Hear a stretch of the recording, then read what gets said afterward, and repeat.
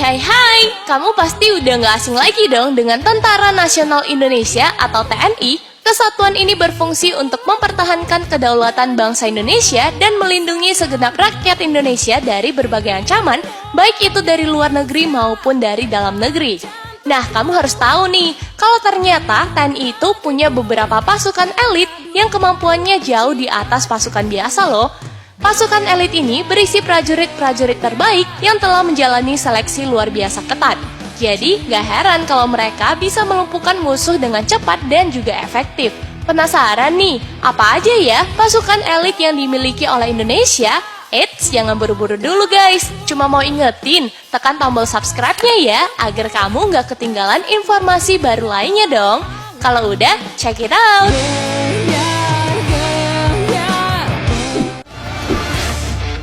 Kopassus. Kopassus adalah akronim dari Komando Pasukan Khusus yang berada di bawah Komando TNI AD. Dengan moto berani, benar, berhasil, Kopassus mempunyai tugas untuk menghancurkan logistik musuh, anti-teror, operasi intelijen khusus, menumpas pemberontakan, dan masih banyak lagi.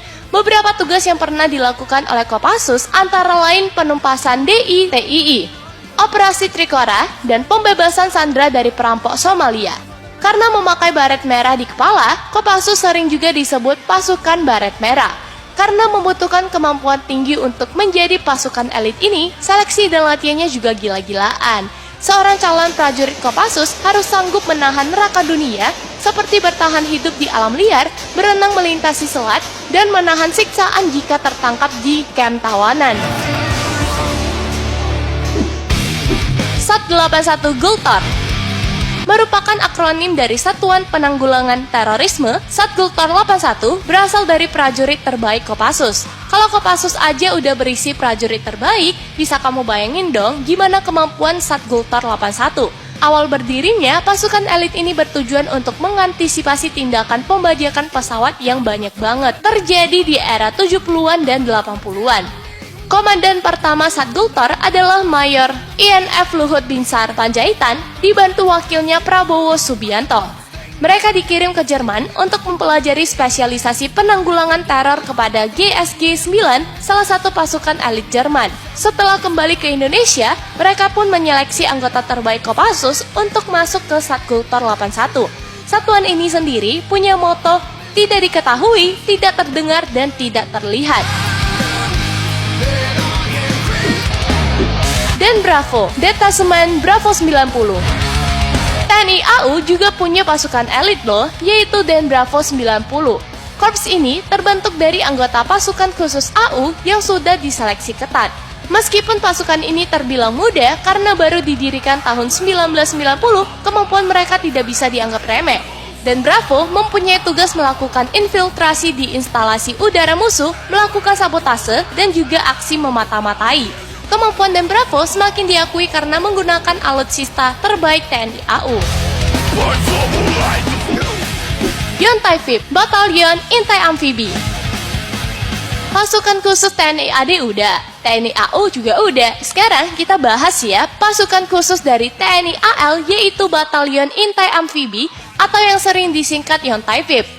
Untuk bisa bergabung dengan kesatuan ini, seorang prajurit harus mempunyai daya tahan tubuh yang tangguh, sanggup menembus gelombang lautan ganas, dan lihai memakai berbagai jenis senjata.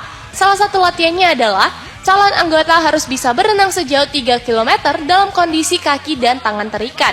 Tujuannya, agar suatu saat bisa melepaskan diri ketika ditawan musuh. Kopaska, Komando Pasukan Kata. Selain Yontai VIP, TNI AL juga mempunyai pasukan elit lainnya, yaitu Kopaska. Pasukan ini merupakan satuan angkatan laut elit yang kemampuannya udah diakui dunia. Kopaska didirikan langsung oleh Presiden Soekarno pada 31 Maret 1962 dengan misi pertamanya adalah mendukung kampanye militer di Irian Jaya. Untuk bisa menjadi seorang anggota Kopaska, prajurit TNI AL harus telah bertugas dalam jangka waktu lama dan memiliki ketahanan fisik dan inteligensi luar biasa. Setelah lolos, calon Kopaska akan dilatih lebih intens selama berbulan-bulan. Yang lebih bikin kagum, Kopaska nggak hanya jago di lautan, tapi juga handal di darat dan di udara. Karena itu, dalam keadaan tertentu, mereka bisa bergabung ke dalam Paskas AU atau Kopassus TNI AD. Beberapa tugas Kopaska adalah demolisi bawah air, perebutan pantai dan pangkalan, sampai melakukan pengawalan VIP terhadap presiden atau orang penting lainnya.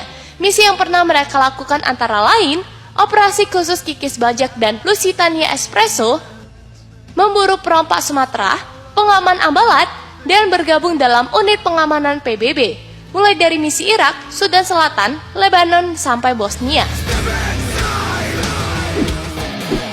Denjaka, Detasemen Jala Mangkara.